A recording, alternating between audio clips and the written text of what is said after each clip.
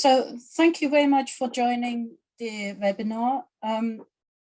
As already been said, we are very aware that not just because of the UKRI policy to achieve zero carbon for the overall organization, but research in the bio and life sciences is generally and traditionally quite heavy in energy consumption and use of chemicals and so on. So we are aware of a big task forward. So I think this webinar is forming just one of the issues that we're trying to address.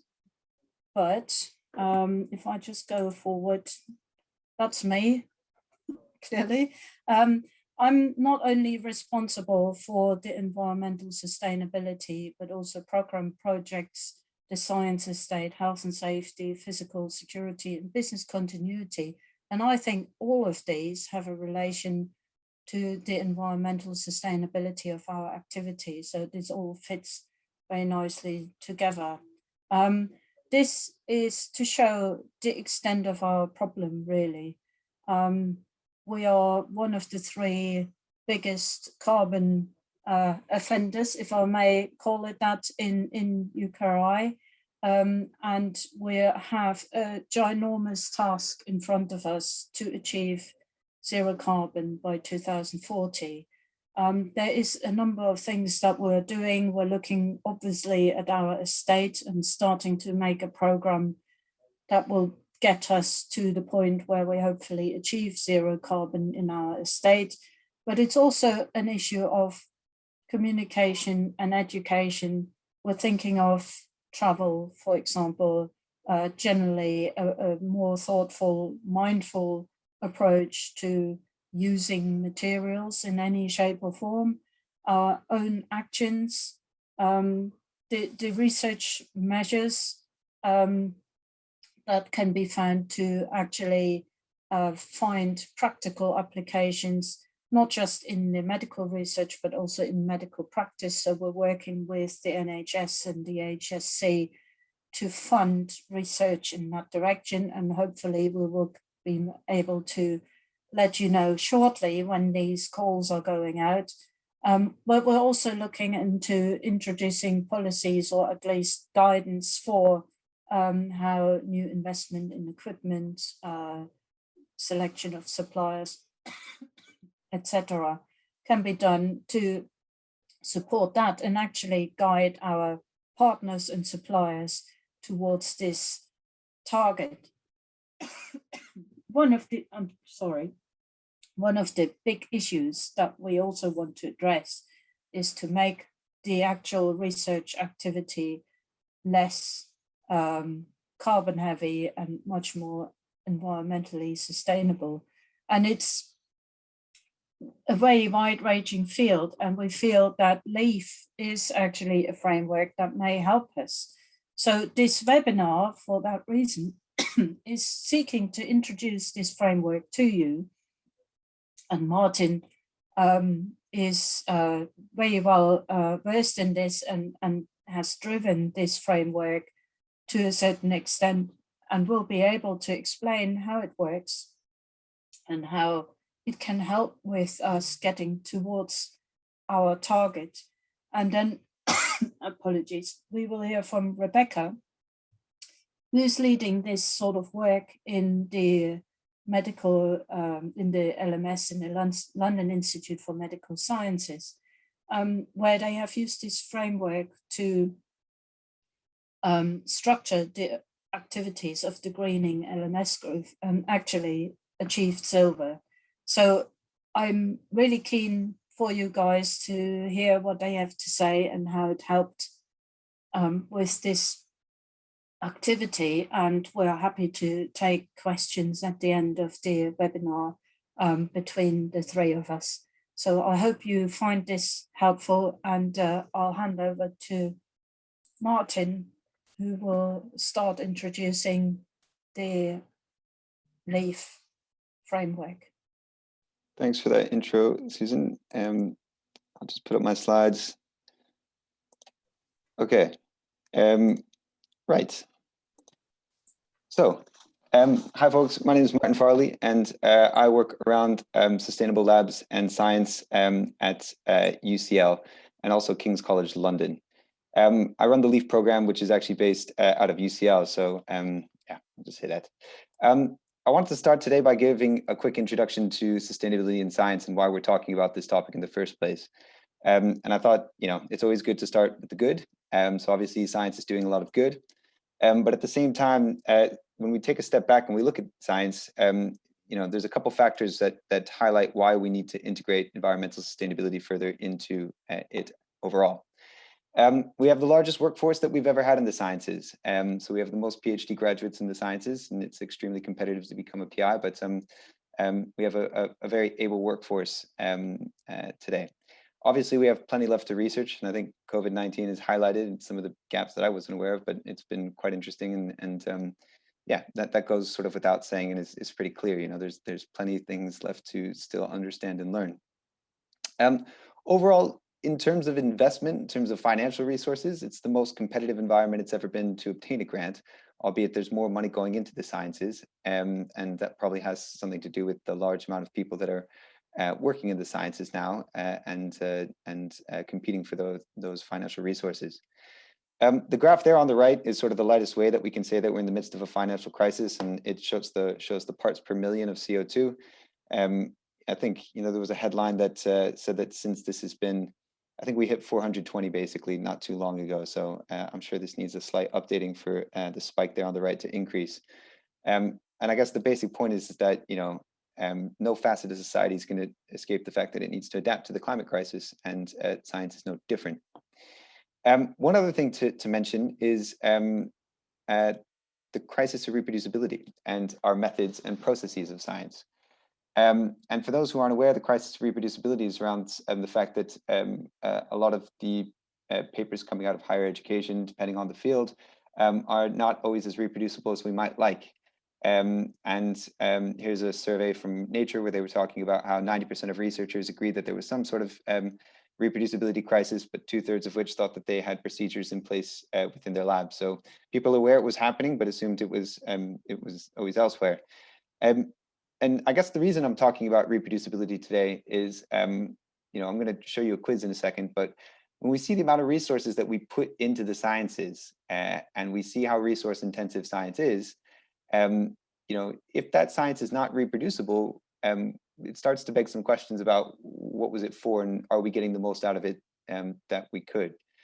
The other reason that I'm talking about reproducibility is that a lot of the ways that we would address reproducible science and try to improve on it is through good practice steps in the labs. And actually that's exactly how we're trying to promote improving sustainable lab operations, is through good lab practices and et cetera. And so there's this sort of crossover in this common ground between the two spaces where in terms of the processes, we both would promote good practice, and the impacts would result in sustainable science is reproducible science in a lot of ways. Yeah, that's why I'm talking about reproducibility as well today. So essentially, when we take a step back, we see that we have plenty left to research. We have the largest workforce, and we're in a competitive funding environment. We're in the midst of a climate crisis, and we have concerns of our processes. You couple that with the fact that, in the UK, there's been this fantastic commitment to vastly increase the investment in the sciences from, I think, 1.7% of GDP to 2.4 or so. And there's also been the commitment to be net zero by 2050. With how carbon intensive science is, those two things don't go together in their current form. Something's got to give, and ideally, we're not going to stop doing science, and we're going to find ways to reduce our carbon emissions. And so what that really says is we need to look at the operational environmental sustainability of science as it grows. Sadly, for those who work around sustainability, this is the sentiment of it essentially, and this is my comedic relief. It's called it's a statue called "Politicians Debating Climate Change." Anyways, to highlight the topic today, I thought I'd give a very quick quiz, and I'm going to go through it quickly because there's a lot to say. But lab plastics were estimated to contribute what percentage to the total global plastic waste in 2014? The caveat, of course, is that those plastics weren't going to be floating in a Pacific island of trash. They're going to be incinerated at high temperatures, typically.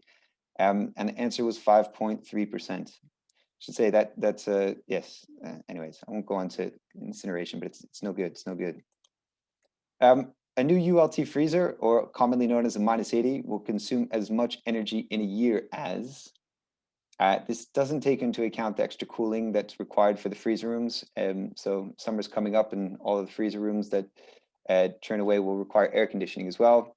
And the answer is a UK household. So each freezer is about a house's worth of energy alone. Which of the pieces of standard lab equipment that I've listed in front of you use the most energy? The answer is fume cupboards. They use around 2 to 3 houses worth of energy because they are taking all the air that we heat and cool over the course of the year and chucking it out the roof at a high velocity 24/7, which takes a lot of energy, and the fans as well. This is obviously variable depending on what lab you're in and what research you're doing, but what percentage of healthcare waste is hazardous according to the World Health Organization? They put it at around 15%. And obviously this changes a lot depending on your practices and et cetera, but we find that a lot of labs in the name of health and safety are, and I understand why, but are putting everything out to clinical waste. But that's gonna have health and safety impacts later on down the line. So if we can mitigate that and only incinerate what's necessary, that's a positive thing. Between 2007 and 13, the world economy grew by 20.1%. How fast did gross expenditure on research and development grow by? This one, I really wanted to highlight the rate of growth of science. And I think, since, especially since COVID in the past few years, it's probably grown even faster than this. But the answer was 30.5%. So it's outpaced the global economy by around 50%. Researchers accounted for what percentage of the world population in 2013? This one people often get wrong. The answer is 0.1%, which I think is just interesting in terms of the fact why are we talking about science? That actually we don't know the total carbon emissions of science. That's still an open question, but we think that it's around 2 or 3% of the world's GDP, and 0.1% of the population is having an awfully large impact in terms of that. So you can assume that as in terms of carbon emissions, if you recycle at home and you care about the environment, you can probably have a much larger impact in the lab. How much does science grow by every year? This is in terms of scientific output. And this is from an interesting study that I saw. And there's a lot of variables in this, but they say in recent times, they think it's around 8 to 9%. And they think that results in a doubling of scientific output around every 9 years, which is pretty incredible when you think about it, and the rate of growth of science. And finally, I don't actually have an answer for this, but this is addressing the reproducibility bit of it, which is what percentage of research gets conducted, or which is conducted, gets published, or is shared widely, or is made accessible. I don't know, but when I used to do this talk in person, people would say around 10% or 20%, which is an interesting response. So labs use around 3 to 10 times more energy than typical academic spaces. In the institutions where you likely work, they're probably consuming the majority of the energy. In the universities that I work, they're definitely over 50%. In King's, this figure is a bit higher, so this is from UCL. And there's a lot we can do about these middle areas, these pieces of equipment, the more generic types. So the -80s and the fume cupboards and everything in between, and all the consumables that we use as well. Less that we can do about the highly specified types of kit, admittedly, for now. Sustainable labs is quite a broad topic, and I like to break it up a bit, but we're not going to talk too much about the built environment, because LEAF is really the focus is around lab operations and to an extent equipment and consumables and how you interact with those equipment and you use your consumables. We could talk about this in more depth, but I think the important part is the focus is what you do with your lab spaces and your interaction with them. I will say though that in terms of the impacts, I think it's really important to show these stats, and there's a lot of debate about how these figures are generated. But when we look at the overall carbon emissions, now before the figures I were giving about energy, but in terms of carbon emissions, a lot of the impact is actually in what we use. It's what we're purchasing and what we buy. And that's the throughput of the consumables, the plastics, and et cetera. And that's why, for example, if somebody were to, it's why we try to use things till their end of life, and why a lot of sustainable practices actually save money. It's because you use things till their end of life, as opposed to sort of replacing things for more marginally efficient items. But what I'm trying to say with this slide is that you have a very large impact in terms of your operations, and energy consumption is a big part of it, but it's actually a much smaller impact than what we're doing within those spaces, especially in labs where there's such a high throughput of things. Travel is quite big, but even in the year, 41% down, travel could be at 8%, we could double it, but it's still the throughput of what we're buying that's having a massive impact. And travel is important, not to disregard it. There's a lot going on around sustainable labs, so we're not alone in this space. Just to say, this is, I'm not alone in these efforts, and a lot of credit to a lot of folks. And of course, I think it's worth mentioning that there's been some pretty incredible targets. And Susan mentioned UKRI's net zero target of 2040, which is incredible, because it's really focused a lot of minds on what we're doing in science spaces. But the question is, how are we going to get there? And there's a lot of different things you can do around making your labs more sustainable, whether it's plastics, or looking at freezers, or your ventilation, or your travel. But I really feel that we need to standardize these things, and we need to make it easy for scientists to continue with their work and to embed these things so that they're common practice. There's a reason we all follow health and safety standards, but sustainability is optional. And one is mandatory, and I'm not saying we're mandating these things, but I think we need to come up with a system that allows people to follow a common standard. Same has been done with gender equality to an extent with Athena Swan. As comparable systems, I think that's what we need to get to with environmental sustainability. And that's what we've done with LEAF, essentially. We've tried to standardize everything into one framework. So LEAF is this acronym came up with called Lab Efficiency Assessment Framework, but essentially it's a set of criteria for people that work in labs, that are focused on people in labs, on your operations, to try to make things more environmentally sustainable. It's broken up into bronze and silver and gold, and it's got criteria in the areas that you might expect, including some on research quality in recognition of the impacts of having reproducible research.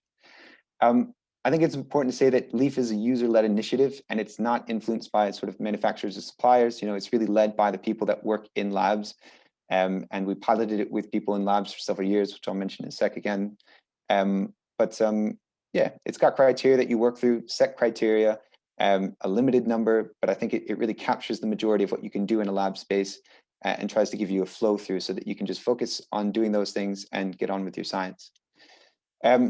Again, it's really focused at lab users in that sense. And there are some calculators, but they're discrete calculators that look at the areas that you might have an impact in a lab. So there's a -80 freezer calculator, I shouldn't say that, ultra low temperature freezer calculator, or a waste calculator that you can use to try to calculate your savings and impacts if you choose to use it. I won't go through these all, but I just want to say that there's support for people that use LEAF. If you take nothing else away, I would say just to check out the Sustainable Labs resources page from UCL, because we've put on some guides there. And for example, we're going to update this, but the consumables guide has tips on how to save on plastics and et cetera in the labs, because I think plastics is kind of the gateway drug for how people get involved in this topic. It lights a fire under everyone, and rightfully so, but equally it's tough to make improvements. So if you want some inspiration, check that out. And there's also an equipment guide, which and if ever people want to contribute to it and add ideas, they're always welcome to as well. But the point that I really want to say is that LEAF has support and guidance for how to achieve these criteria throughout it. We're not trying to make it a mystery. We want to make it as easy as possible. We piloted LEAF for several years before going online, we just went online in February. But before we were piloting it, and we piloted mostly around the UK with another institution in Ireland, and we had 23 institutions take part. And I think some of the highlights is that people had fun doing it, and it saved carbon, it saved money overall. I really need to emphasize that, and it didn't just save money in terms of energy. The energy was the easiest to quantify. So when we did the pilot, we definitely saved more, albeit people came up with a lot of ways to save in terms of their plastics consumption as well, and that overall would save the lab. Common question is, if you reuse things on site despite using an autoclave, does that save carbon emissions overall? And the answer seems to be yes. So reuse saves money, saves carbon, and in that sense, that's why we think it was a positive experience for those who took part and a positive one for the environment around. So what's next for LEAF is that it's now online. It's supported by UKRN in terms of our reproducibility criteria, which is the UK Reproducibility Network. We had quite a few pilot participants, and I didn't list them all out, but it's a lot of great institutions that took part. And we've launched it online now, and since going online, we've had 30 institutions sign up, including some internationally, which is great because these practices are could be improved everywhere. We're supported by the National Technician Development Center in recognition that technicians are often at the forefront of managing lab spaces, it's a great way for them to differentiate their careers, and also it's a helpful tool for those who want to make their spaces more environmentally sustainable. And a shout out to Bristol and Exeter, who have gone for 100% uptake across their entire institution, and I think we're quite close to that at a few other institutions as well. How does LEAF work? Well, your institution registers, signs up, and then you can set up a structure to map out your labs however you like. You work through the criteria. That's the really important part, and you don't need to provide evidence. You write how you've addressed it or how you've been unable to address it. I think that's important as well, because how you can address it sometimes is actually, you learn a lot in terms of why things are not possible sometimes. You can voluntarily use the calculators to estimate your impacts and submit it. And then audits are done internally, although we give a lot of guidance on how to audit and et cetera, so that people aren't left in the dark. In terms of self-auditing, I think it's what we can do now, and also it builds the capacity for sustainability locally. When you think about health and safety, there are some external health and safety audits, but typically things are done internally, and that builds a culture for health and safety internally. And that's exactly what we're trying to do with sustainability as well. In the last few slides for me, I thought I'd just share some screenshots, albeit, this is what you would see once you log in and you have your lab. This is the best lab, and we're all the best lab. And yeah, you'd see your criteria, your calculators, and any open initiatives optionally. But if you do something fantastic that didn't fit in the criteria, then you can record it there, and then you could review and sort of manage things there. So it's hopefully in sort of a concise, easy to access format. Each criteria has a description, a rationale. I can't click on this, but well, I can't. In real life you can, but you could click on this, and this would give you tips and advice, and also links to what other people are doing around the sector, as inspiration and guidance for you, which you can also tailor for each institution, so that institutions can tailor their advice to make sure that it's suitable for their setting. This is just about having, non-clinical waste bins in labs. It's the very first step. So anyways, yes. Yeah, some standard targets for bronze that you might expect to see are things around, updating your inductions to include sustainability. Exit policies. This is really one of my, if I'm allowed, a favorite criteria, but this is about the tracking of samples and materials when people leave the lab on a permanent basis, so that we don't end up with freezers and shelves full of things that are unidentifiable and need to be thrown away 20 years later, and cause the potential purchase of more of those freezers using as much energy as a house. I won't go through these all, but it's just to give you an idea of the type of things that you might be asked if you were to take part in LEAF. And we have some guides to help with the appropriate ones where you might need guidance. Should say as well that LEAF is outcome focused, not process focused. And what I mean by that is that the criteria are written in a way that the goal is to turn things off. It's not that you put on timers or that you put on stickers or something. Find a way for you to turn things off at the end of the day, and it's up to you to innovate or find the solution that's appropriate for your lab. That's about it, really. I mean, I wanted to say that, go and start green lab groups if you can, or to integrate it into existing networks that you have. make it a standing agenda item, and so that people always have to talk about it, like health and safety, and always consider the continuity of the program, so that all the motivated folks who take part leave something, because once that, to make sure that those things remain once you go. I think that's really important with the turnover we have in some areas. And last thing is, it's just a little inspirational side to say that, it's always good to question some standards. If something bugs you in a lab and you want to fix it, chances are it bugs other people. Those ultra low temperature freezers use as much energy as a house, but they didn't always run at -80, which is why I corrected myself before. They used to run at -70, and this is a very common, very hotly discussed topic, which we don't have to get into today, but can another time. But if you put it at -70, it saves around 25 to 30% of the energy consumption. -70 used to be the standard for decades.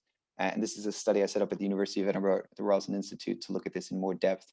And this is Martin Howes at University of Cambridge, who did a project to replace their old mercury arc lamps with LEDs after mapping out the wavelengths of the light into the LEDs, so that the plant growth facility at Cambridge could move over to that. So it's just to say that a lot more needs to be done in terms of understanding the background of these topics, and would encourage people to consider if that's something that interests them. Many thanks, everybody. And now I'm going to hand over to Rebecca from the MRC and LMS, who is, yes, we'll take it from here, I believe. And thank you, everybody, for putting on today. Okay, so hi, everyone. I'm Rebecca. I'm from the MRC London Institute of Medical Sciences, which is in partnership with Imperial College London. And we're based in the Hammersmith campus, so just above the Hammersmith Hospital. And I've been invited to talk to you today about how we use LEAF at the LMS. So if I just take you through the journey of greening LMS, when I joined in 2017, there wasn't any committee or group of people involved in sustainability. So in October 2018, I decided to send out an email to the Institute asking if anyone else was keen on getting together so we could look at sustainability in the LMS. And so that's when Greening LMS was born, with this lovely group of people that you can see here on this photograph. It's just really nice because we're a group of students and postdocs, but also a lot of core staff member, which is really crucial. So you've got Noviga here standing up. He's the head of estates. We also have someone from health and safety, procurement and finance sometimes join our meetings too. And it's really wonderful that they joined our efforts, because to make changes in an institute, you really need their backing. So yeah, it's been really wonderful working with all these people. So we started meeting up around that time, just throwing out ideas, things that we wanted to, things that bugged us, so things that we wanted to see changed, and maybe ways of which we could do this. And so in January 2019, we were approached by Imperial College asking us if we wanted to participate in the pilot study for LEAF. And we jumped at that opportunity because I had actually already worked with Martin at UCL, and we just thought this is wonderful because we're going to have a framework of things that have been sort of pre-approved. It's going to consolidate our ideas, and also having a sort of target of when we wanted to submit the framework was helpful to sort of guide us to do that. So later on that year, we submitted our framework for the Bronze and Silver Award. And then Martin and someone from Imperial came around to the labs and did the auditing that Martin was mentioning. So, and then we got the award for Bronze and Silver. So if I just take you a little bit into more depth, this is now outdated because Martin was just showing us what the online version looks like. But at the time that we did it, it was an Excel file. But the principle is exactly the same. Each row here represents one of the criteria. And you've got very helpful links that we used some of them.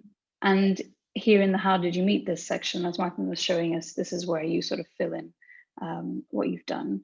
So our approach was to get the list of criteria and sort of go through them and think, either from like ideas that we had already had, how do they match these criteria, or new ideas that we had based on these criteria. What do we think we can do in our institute that can meet this criteria? And I think, as Martin was mentioning, this is a tool. And although the criteria is to sort of standardize between the lab, each institute or group is going to have a different way of approaching these criteria. And even though there could be 20 different criteria, you don't necessarily have to do 20 actions. Some of your actions might overlap with different criteria, or you might even have more than one action that applies to each criteria. And there might be certain criteria that don't even apply to your institute. So I guess you just have to justify why that's the case. So if I just pick one of the examples, here we have criteria number 17, which is the lab has assessed its use of single-use plastics and implemented feasible measures to reduce use. So in our institute at the time, we only had sort of the reusable and autoclaved glassware and plasticware in the kitchen, where we're spread across 4 different floors. And so you had to go to the kitchen to pick up things that you wanted. So we thought, oh, wouldn't it be great if we could install some cupboards on each of the different floors that were stocked by the kitchen staff. And that way people might be more willing to use reusable glassware and plasticware because it's more accessible. So we did that, and we got the support of people involved with that. We made these like silly posters that we put on the outside of the cupboards just to sort of encourage people to use these materials, and so that they're aware as well that these cupboards are there. And something else that we're still working on, we want to purchase more glassware, so especially volumetric pipettes. That's something that we're working on at the moment. We weren't able to achieve this when we handed in the submission, but we mentioned it in the criteria that was something that we were engaging with the institute. So basically we filled in this table depending on things that we wanted to do. And then we thought, oh, how shall we engage with the institute? Because nobody really knew about greening LMS. We were a new group. We wanted to make a big impact, and especially because we had quite a few different things that we wanted to change in the labs, we decided to host what we called the Greening LMS launch. So that was sort of one day, full day event where we were in a room, and we had friends coming in that had a coffee business, and they served coffee for us, which was really lovely. We got a grant from Imperial, a small grant, just to make like little sustainable freebies. People in the group made cakes, and we were just chatting to everyone in the institute that would come in and go about who we were, things that were going to change in the lab as of the following week. So I'll just go into more detail in a bit. But here on the top, you see, we just had things on the table so people could have a look. So for example, these are the different companies that collect back the polystyrene boxes. So we're just showing people how to do that. Stickers that we were going to put up in different bits of equipment, a new waste poster that you might be able to see here. And one of the really nice things, one of the ideas we had was to set up this sign-up sheet for greening representatives from each lab. And it was really nice because by the end of the day, almost all labs had someone that had volunteered to be what we call a green rep. And that was really helpful because they are sort of the point of contact between us, Greening LMS, and the labs. It's nice to just have one person that we can communicate to. So after this launch date, the week after, we went into the lab specifically and helped them set up with new posters, just chatting to them about sustainable practices. And I think it's good to mention that we were able to do both bronze and silver with a very, very low budget. A lot of it was more about awareness and those kind of things. I think now our new plans, which hopefully will get us a gold award, those require a little bit more investment. But yeah, we didn't need a lot of money to do what we did. Yeah, I think that's all from me. My email's there at the bottom if there's any questions you want to ask me directly, but I think it's just important to mention that the LEAF framework is really helpful. And I really encourage you to use it, and it's very flexible, as I've mentioned.